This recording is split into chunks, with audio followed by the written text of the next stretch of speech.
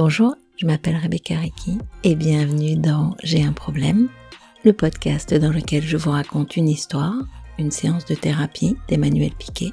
Et à l'issue de cette histoire, je retrouve Emmanuel pour la déplier, pour voir ce qui a permis de changer, régler, comprendre, avancer. Aujourd'hui, je vous raconte l'histoire d'Achille, parce que Achille est bizarre. Il a 18 ans, un frère aîné, Martin, de 20 ans. Ils vivent tous deux avec leur mère. Ils ne voient plus leur père depuis plusieurs années. Et la maman consulte Emmanuel parce qu'elle trouve qu'Achille est bizarre, qu'il passe son temps libre à faire des jeux vidéo. Et elle voudrait qu'il trouve quelque chose de plus constructif, qu'il sache ce qu'il veut faire de sa vie. Nous les rejoignons dans le cabinet pour la première séance. La maman commence ainsi. Quand il était petit, je trouvais déjà qu'il y avait un truc qui allait pas. À la garderie, il passait beaucoup de temps à observer les autres, ceux qui bougeaient. Lui, il était posé dans son coin tranquille. Il disait rien. Au final, la première année, il a commencé à avoir des contacts qu'à la fin de l'année. Et après, il a gardé cette façon d'être là, toujours en retrait. J'avais bien été voir un ostéo et une psychomote. Il devait avoir 5 ans. Pour moi, il avait des problèmes de coordination. Ah, donc vous étiez inquiète pour son développement, demande Emmanuel ? Oui, parce que quand on allait au parc, lui, il montait jamais sur les toboggans ou la balançoire. En vrai, ça l'a jamais intéressé de sauter, de grimper. Ce que tous les autres font normalement. Oui, quoique certains enfants beaucoup moins, même sans qu'il y ait un problème de coordination. Mais ça vous a interpellé, demande Emmanuel ? Oui, parce que je le comparais avec son frère, évidemment. Je me disais qu'il y avait un truc qui allait pas chez lui. Qu'il était bizarre. Au basket, je me rappelle, il avait 11-12 ans, ses coéquipiers étaient athlétiques et lui, au milieu, c'était un peu, vous voyez, genre l'intello gringalet. Il trottinait pendant que les autres se démenaient. Au final, j'allais plus au match, parce que ça me faisait mal au cœur de le voir comme ça. Du coup, il a commencé à se rendre compte vers 12 ans qu'il n'était pas comme les autres. Et moi, en fait, j'avais peur qu'il soit mis à l'écart. Même pour l'éducation physique à l'école, il avait de la peine à se coordonner. La psychomote nous a parlé de dyspraxie, alors il a fait beaucoup de rééducation. Ok, et avec quels effets ? Il est toujours gauche, maladroit. Il fait pas de sport, ça l'intéresse pas. Il peut rester assis pendant des heures. C'est un intello bizarre.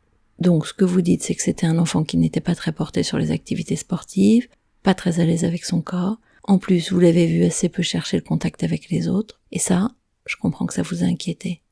Et aujourd'hui alors, comment ça se passe ? Le plus étonnant, c'est que quand il a changé d'école, il avait 12 ans, il connaissait personne et vite il s'est fait des copains. Pendant 2 ou 3 ans, il a gardé la même bande. Il les voyait qu'à l'école, jamais à la maison. Il sortait pas non plus avec eux. Ça aussi, j'ai trouvé ça bizarre. Ah, et comment ça se passait sur le plan scolaire ? Il avait quels résultats ?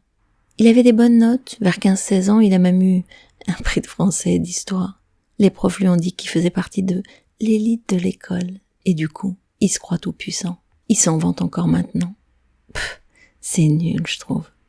Je lui ai dit que l'intelligence scolaire, c'est pas tout dans la vie. Qu'il va devoir se réveiller un peu. Et vous savez quoi ? Maintenant, il est rivé sur sa PS. Enfin, depuis qu'il a 10 ans.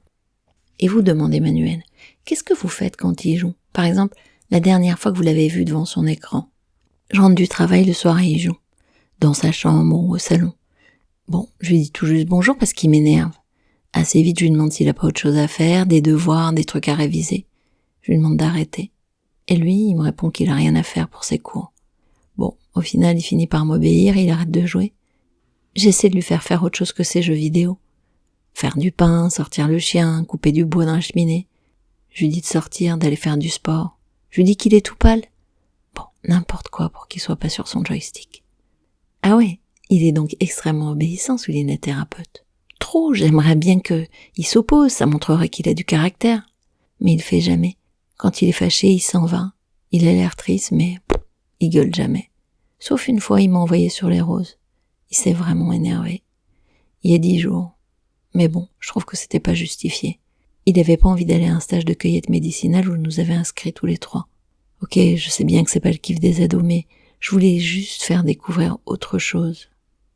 Bon, si je comprends bien, vous souhaiteriez qu'il se rebelle plus souvent, mais la seule fois où il l'a fait, vous avez trouvé que c'était pas à propos. Ouais, il est toujours un peu à côté de la plaque. Ça fait des années que je lui demande de faire du sport pour améliorer sa condition physique, parce qu'il est tout maigre. Il y a un mois, il m'annonce qu'il va faire de la natation. Alors qu'il n'a jamais réussi à nager correctement, qu'il a des problèmes de coordination motrice. Je lui ai dit qu'il ferait mieux de prendre des cours ou de faire un autre sport. Du yoga, du vélo. D'accord. Donc, il avait pris l'initiative de faire du sport et vous avez pensé qu'il n'avait pas fait le bon choix. Ouais, là j'ai peut-être eu un peu tort. D'ailleurs, mon père m'a fait le reproche, pour une fois qu'il venait avec une initiative. De toute façon, j'ai l'impression qu'il s'est inscrit à la natation pour me faire plaisir. L'autre soir, je lui ai dit, c'est mardi, tu vas pas à la natation? J'ai mal au dos. En fait, je crois surtout qu'il a vraiment pas envie d'y aller. Ok, je comprends, dit Emmanuel. Y a-t-il d'autres situations où vous tentez de lui montrer ce qui serait bien pour lui? Ouais, c'est vrai, il sort peu. Il rentre tous les jours à midi, il joue.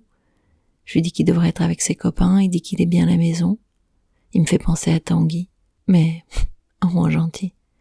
Je lui dis de sortir, de se trouver une petite copine. Il s'en fout. C'est la PS, sa copine. Ouais, c'est dur pour un parent d'avoir l'impression que son enfant fait les mauvais choix, de le voir si passif, qu'il n'est pas comme on aurait voulu. Je peux comprendre que vous soyez à la fois inquiète et agacée. Je peux vous demander ce que vous attendez de moi? J'avais vu une psychologue quand il avait 10 ans, elle avait fait des tests intellectuels, et ça avait révélé une grande intelligence. Bon, on le savait déjà, mais je vois pas comment il l'utilise. Je voudrais que vous puissiez le voir, et que la thérapie réveille quelque chose en lui. Je sais pas s'il y a un diag pour ça. Comme s'il était déprimé, avec la mollesse physique en prime. Excusez-moi madame pour ma question assez directe, mais si je demandais à votre fils de me raconter ce qu'il vit à la maison, dans ses relations avec vous, est-ce que vous pensez qu'il pourrait me répondre quelque chose du genre « Quoi que je fasse, j'ai faux. Si j'envoie ma mère sur les roses, elle me reproche que c'est pas la bonne occasion de le faire. Si je le fais pas, elle me dit que je suis mou. Si je me mets en avant pour mes réussites en français ou en histoire, je suis arrogant. Mais en même temps, il faut que je fasse quelque chose de ma vie. En fait, je suis jamais bien comme je suis. » « Ah, je vous aimais bien, dit la maman. Mais là, je commence à moins bien vous aimer. C'est vraiment ce que je fais avec lui? Je suis désolée, mais de ce que vous dites, oui. Il se pourrait bien que c'est comme ça qu'il le vit au moins. Mais c'est vrai. Je cherche à ce qu'il soit quelqu'un d'autre que ce qu'il est au fond. Je voudrais tellement qu'il ait d'autres intérêts. Et s'il était un peu plus sympa à la maison, ce serait ok. Il est pas câlin du tout depuis longtemps. Il m'embrasse jamais. J'ai l'impression qu'il cherche à m'éviter. Du coup, je vais plus vers lui. Emmanuel reprend le fil. En résumé, Achille est juste un jeune homme qui prend peu d'initiative, qui glande devant les jeux vidéo et qui depuis tout petit est différent de la plupart des enfants. Bon, c'est logique de trouver ça bizarre, d'être inquiète ou agacée.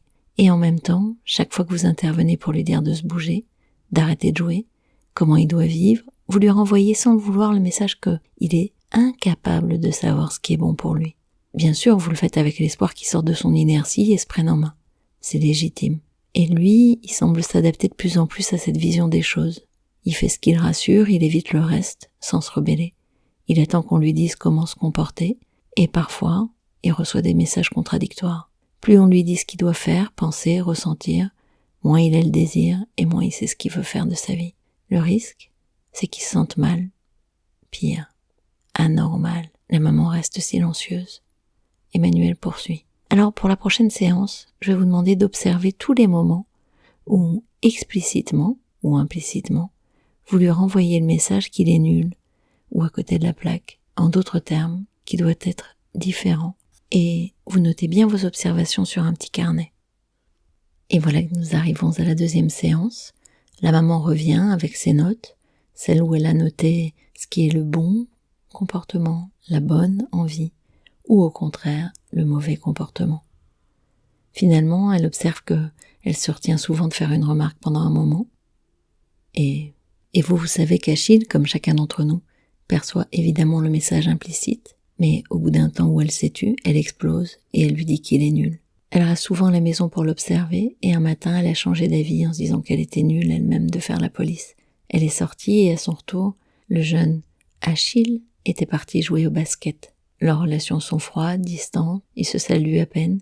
Elle explique comment elle se bat avec lui au quotidien. Elle admet avec beaucoup de courage sa difficulté à investir affectivement son fils.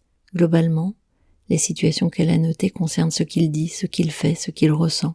Chaque fois, elle lui renvoie le même message. Sois différent. Elle a aussi essayé de lui parler plus gentiment. Mais bon, elle se rendait bien compte que son ton était pas très sympa. Emmanuel redémarre. Pardon d'avance pour la question que je vais vous poser, parce que elle n'est pas facile à entendre. Imaginons que vous soyez absolument certaine, sans l'ombre d'un doute, que quoi que vous fassiez, malgré tous vos efforts, toutes vos exhortations, Achille restera toujours ce garçon bizarre, mou, distant, anesthésié par les écrans, et que vous aurez toujours du mal avec lui parce que il ne sera jamais comme vous auriez voulu qu'il soit. Que feriez-vous différemment dès ce soir ? La maman réfléchit. Je ne sais pas ce que je ferais différemment. Moi, je pense qu'il restera toute sa vie comme ça. Je sais pas ce que je ferais différemment. Faut que je l'accepte comme il est, que je l'aime comme il est, mais au fond de moi, c'est dur. J'ai l'excuse pour les jeux vidéo, c'est un vrai souci, mais c'est un prétexte pour essayer de le changer. Il n'est pas comme j'aurais voulu qu'il soit. Je sais pas ce que je ferais. Oui, c'est une question difficile. Mais imaginons que vous fassiez quelque chose de différent. Ce serait quoi ? Je sais pas, je crois que j'arriverai jamais à accepter qu'il soit comme ça. Je sais pas si je peux supporter ça. Ouais, je comprends, dit Emmanuel. Il y a tellement de choses qui sont difficiles à accepter. Et vous vous dites, je devrais l'aimer comme il est, tout en espérant qu'il change. Et ça vous fait beaucoup de souffrance. Cette intention de le faire changer fait que vous le regardez avec les yeux de l'agacement, de la déception. Et vous lui envoyez ce message. Sans le vouloir, bien sûr. Tu n'es pas l'enfant que j'aurais voulu avoir. Ce qui est logique puisqu'il est quand même assez étrange. Et l'effet probable, c'est que ça le rend encore plus bizarre et passif. Pour la prochaine séance, je vous demande de réfléchir à cette question difficile en sachant que plus vous tenterez de le changer parce qu'il est bizarre, plus il risque de devenir bizarre. Il s'est donc écoulé quelques semaines et la 3e séance a lieu aujourd'hui. Il y a des choses qui sont en train de changer dans la relation entre Achille et sa mère. Il y a eu une dispute entre Achille et son frère, la mère est d'abord intervenue en hurlant, et puis quand elle l'a vu baisser la tête comme un enfant de 8 ans, elle a repensé aux séances avec la thérapeute. Elle a fait un pas de recul, elle lui a expliqué pourquoi elle s'était mise en colère, ce qu'elle n'avait jamais fait jusqu'ici, et elle dit à Emmanuel que c'est complètement nouveau pour moi. Il a été mignon parce qu'il a dit qu'il n'arrivait pas à s'exprimer comme il voulait, lorsqu'on était à table tous les trois. Ça aussi, c'est très nouveau.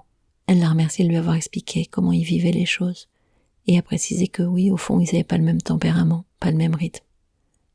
Quand elle réfléchit à la question qui débranche, vous savez, la question un peu compliquée, elle pense pouvoir l'accepter tel qu'il est, même si elle est encore vachement agacée. Bon, il y a des choses qui ont changé, il m'a tenu tête, ce que je vois comme un progrès. Alors bien sûr, j'ai fait des rechutes, je lui ai dit 1 ou 2 fois de faire une soirée avec des copains ou d'arrêter de jouer, parce que ça me fend le cœur, j'aimerais qu'il ait une vie de jeune homme. Je sais ce que vous allez me dire. La première fois, il a baissé la tête, il est parti dans sa chambre. Mais la seconde fois, je m'en suis rendu compte tout de suite que je lui ai demandé d'être différent et je lui ai présenté mes excuses. Je lui ai dit qu'il savait mieux que moi ce dont il avait besoin, il m'a regardé un peu étonné, mais il n'a pas fait de commentaires. Et puis, j'interviens plus quand il joue sur son ordi. Bravo, c'est remarquable, dit Emmanuel. C'est logique que vous dérapiez, un peu comme un reliquat du passé, mais plus pour le faire changer. C'est ça la différence importante. En fait, je crois que votre question m'a pas mal ébranlée. Je sens que je commence à lâcher. Je suis en train de comprendre que sortir avec des potes, ça l'intéresse pas pour le moment. Je vais faire avec. Dans le fond, dit Emmanuel, il vous faut choisir entre avoir un fils bizarre mais apaisé parce qu'on l'accepte tel qu'il est, ou un fils bizarre mais déprimé, avec lequel votre relation est dégradée, parce qu'il a intégré cette idée qu'il n'est pas adéquat. Oui, je comprends. Et d'ailleurs, le choix est vite fait. Et depuis quelques jours, j'ai remarqué qu'on est beaucoup plus paisibles tous les deux. Il me parle plus facilement, il vient me raconter des choses, pas longtemps, 2 minutes, mais il avait jamais fait ça avant. Et puis il est venu me souhaiter bonne nuit parfois. Bon, c'est encore timide et pas tous les jours, mais c'est nouveau. Vous avez été très honnête en venant me parler ici de votre ressenti. Peu de mamans osent venir ici dire qu'elles ont du mal à supporter leur enfant.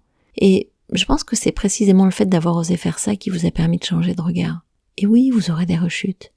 Il va passer encore du temps sur son ordi, être prétentieux, distant, peu affectueux. Je vous demande pour la prochaine fois de noter tous les petits ou les grands dérapages. 6 semaines plus tard, pour la 4e et dernière séance, Emmanuel apprend que la situation a continué à s'apaiser. Elle dit que son regard sur son fils est plus doux, qu'elle est plus en colère en arrière-fond, qu'il s'est rapproché un peu d'elle, qu'il lui parle de plein de choses difficiles, qu'il lui parle des choses qu'il a vécues par le passé. Et pour elle, c'est tout un chapitre qui s'ouvre. Elle l'écoute. Évidemment, Achille consacre toujours un peu de temps aux écrans, mais il n'y a plus de conflit autour de cela, parce qu'elle a lâché son intention de le faire changer. Elle a l'impression qu'il commence à faire d'autres choses, il est même sorti pour manger un soir avec des copains. Et maintenant, elle se sent en mesure de poursuivre seule et de garder le cap. Alors, il y a eu du courage, de l'audace, de l'aveu. On déplie tout de suite cette histoire avec Emmanuel dans l'épisode qui suit. Je lui pose des questions que peut-être vous vous êtes posées. Merci d'avoir écouté J'ai un problème. À tout de suite. Au revoir.